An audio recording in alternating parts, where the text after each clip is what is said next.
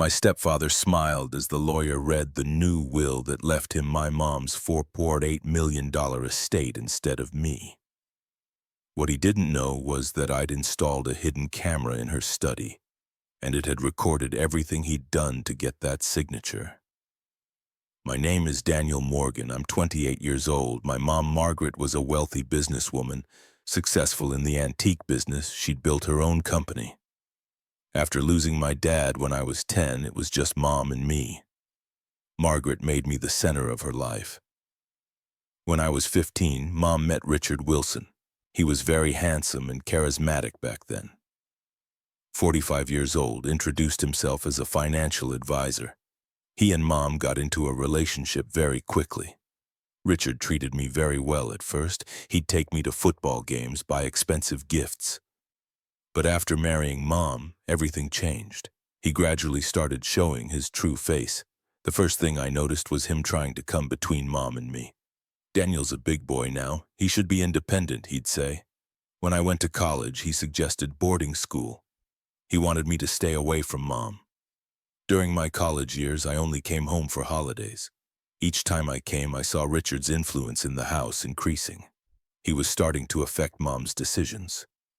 "This marriage is an equal partnership, Daniel," he'd say. "Your mother should listen to me too." Richard's being a financial advisor was also suspicious. He had no real clients. He was living off Mom's money, buying expensive cars, eating at expensive restaurants, purchasing golf club memberships. Everything came out of Mom's credit card. In 2017, Mom's business partner, Patricia Hayes, warned me. She said Richard was trying to withdraw money from the company. He'd attempted to forge Mom's signature, but Patricia had caught it. I told Patricia we should talk about this, but Mom defended Richard. "He's just trying to help me, Daniel," she said. "You don't understand, Richard. In 2018, I graduated with a degree in graphic design. Mom invited me to work at her company. Morgan Antiques had become a big business over 30 years. Showroom in Beverly Hills, suppliers in Europe. But Richard was against this. He didn't want me working at the company. Daniel should stand on his own feet, he'd say constantly, but Mom wanted me beside her. Finally, Mom made the decision. "This is my company, Richard. I want Daniel with me." When I started working at the company, I saw how manipulative Richard really was. He was trying to participate in Mom's business meetings, interfering with decisions. Mom initially allowed this, but I opposed it. I started researching Richard's background. There were inconsistencies in his social media accounts. He used different names in photos, claimed different locations. Who was this man really? I hired a private investigator, Jake Morrison, former police detective. I told him to investigate Richard Wilson's past. 2 weeks later, Jake came back with shocking information. Richard Wilson wasn't his real identity. His real name was Robert Williams. He had fraud charges in multiple states. Each time he targeted wealthy older women. Worst of all, 2 women had died under mysterious circumstances after relationships with Richard. Police had investigated but couldn't prove anything. I shared this information with Mom, but she didn't believe it. "Daniel, you're jealous of Richard," she said. "He's a good man. He loves you." Jealous. Richard didn't love me. He hated me. I was an obstacle to Mom's money and Richard's plans. In 2019, Richard started becoming more aggressive. He was isolating Mom from her old friends, preventing her from meeting family members. Mom was becoming increasingly isolated. Mom's sister Carol called me. She was trying to talk to Margaret, but Richard was blocking phone calls. "Richard controls Margaret too much," Carol said. "This isn't normal." Carol was right. Richard was monitoring Mom's every movement. Where she went, who she talked to, what she did. Mom was living like a prisoner in her own house. In 2020, Mom's health started deteriorating. First fatigue, then memory problems. When she went to the doctor, she was diagnosed with early-stage dementia. This diagnosis became a golden opportunity for Richard.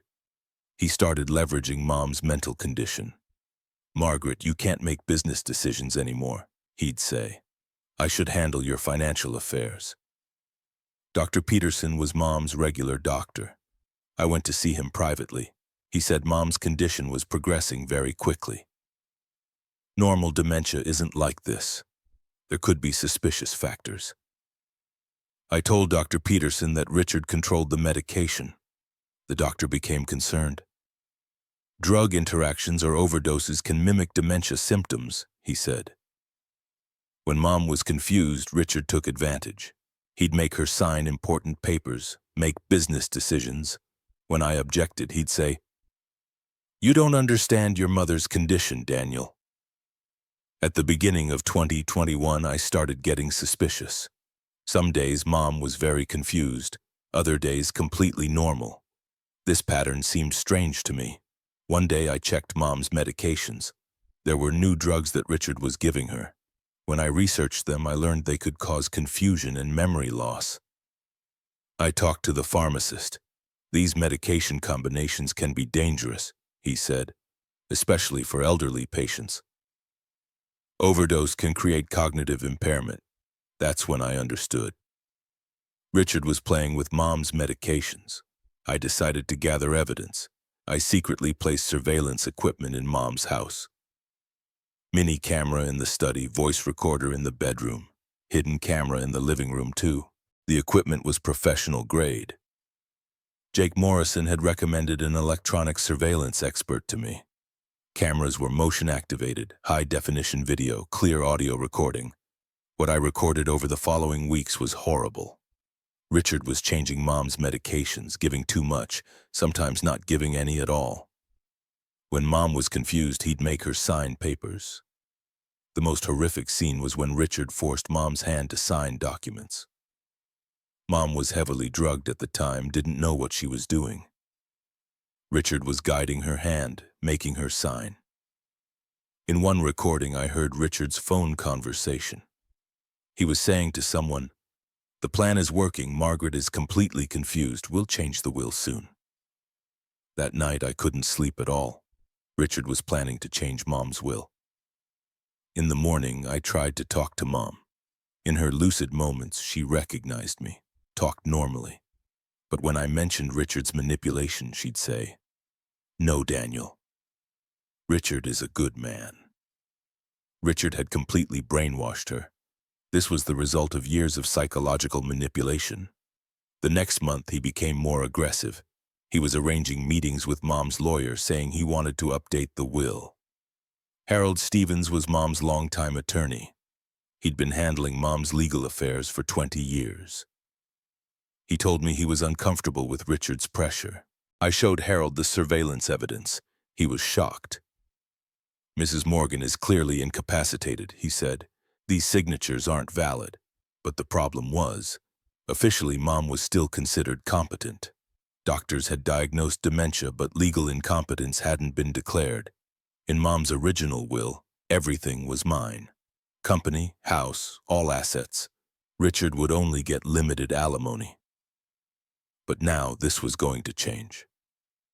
In March 2021, Mom's condition worsened further. She was hospitalized. Doctors said advanced dementia. But I knew it was Richard's drug manipulation. In the hospital, I sent Mom's blood tests to a private lab. The results were shocking.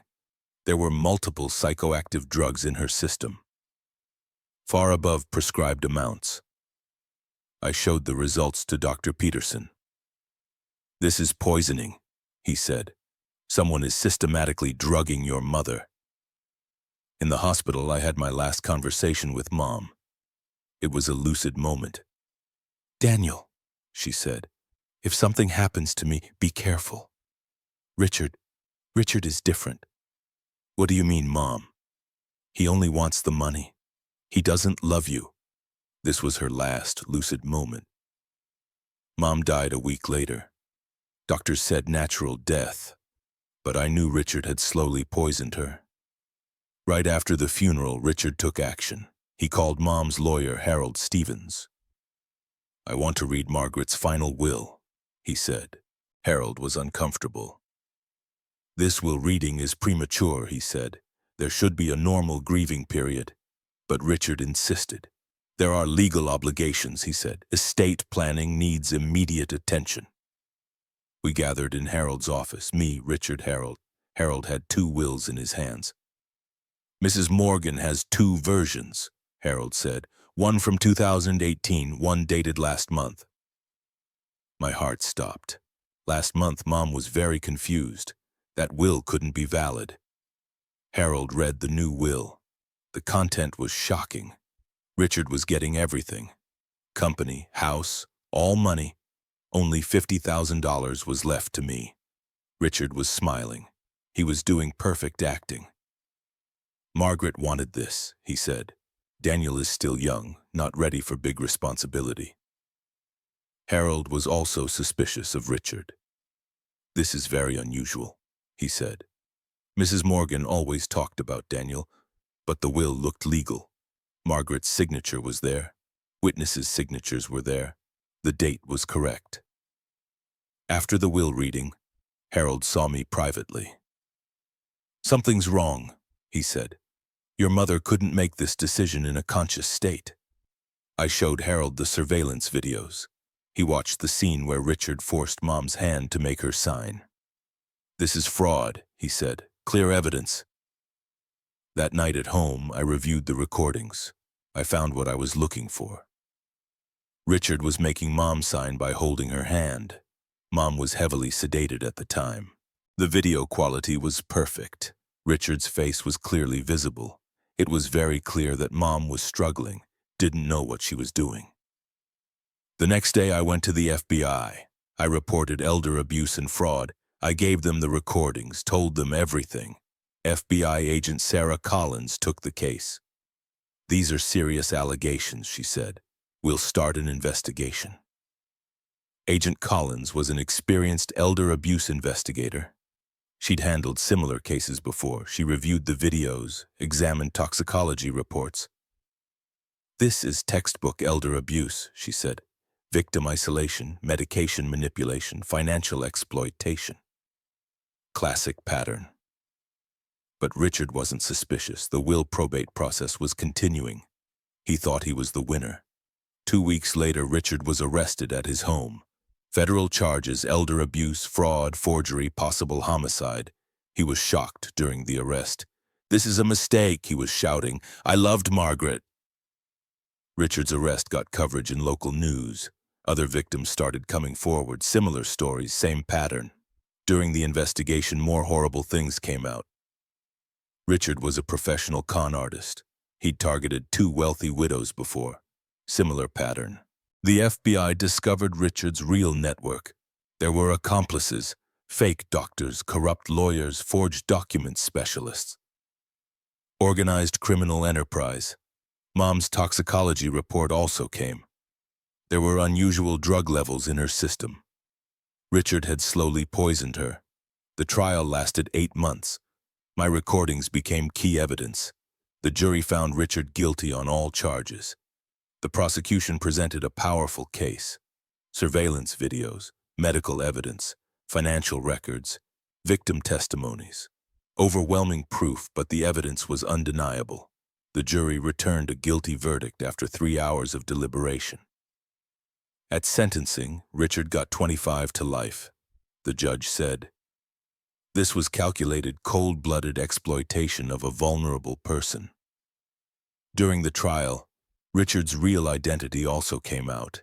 His real name was Robert Williams. He'd been using multiple identities. Finally, the original will was restored. Mom's will leaving everything to me became valid. After Richard's conviction, I continued Morgan Antiques. I continued Mom's legacy. Today, the company has grown even more. I run operations dedicated to Mom's memory. I look at Mom's photo in my office every day. Richard is trying appeals in prison, but unsuccessfully. Evidence overwhelming, conviction solid. Sometimes I think about Richard in prison. 25 years is a long time, but thinking about the torture Mom experienced, it's not enough. My biggest regret is not seeing Richard's true nature earlier. There were signs, but I ignored them. Love sometimes blinds. But technology saved me.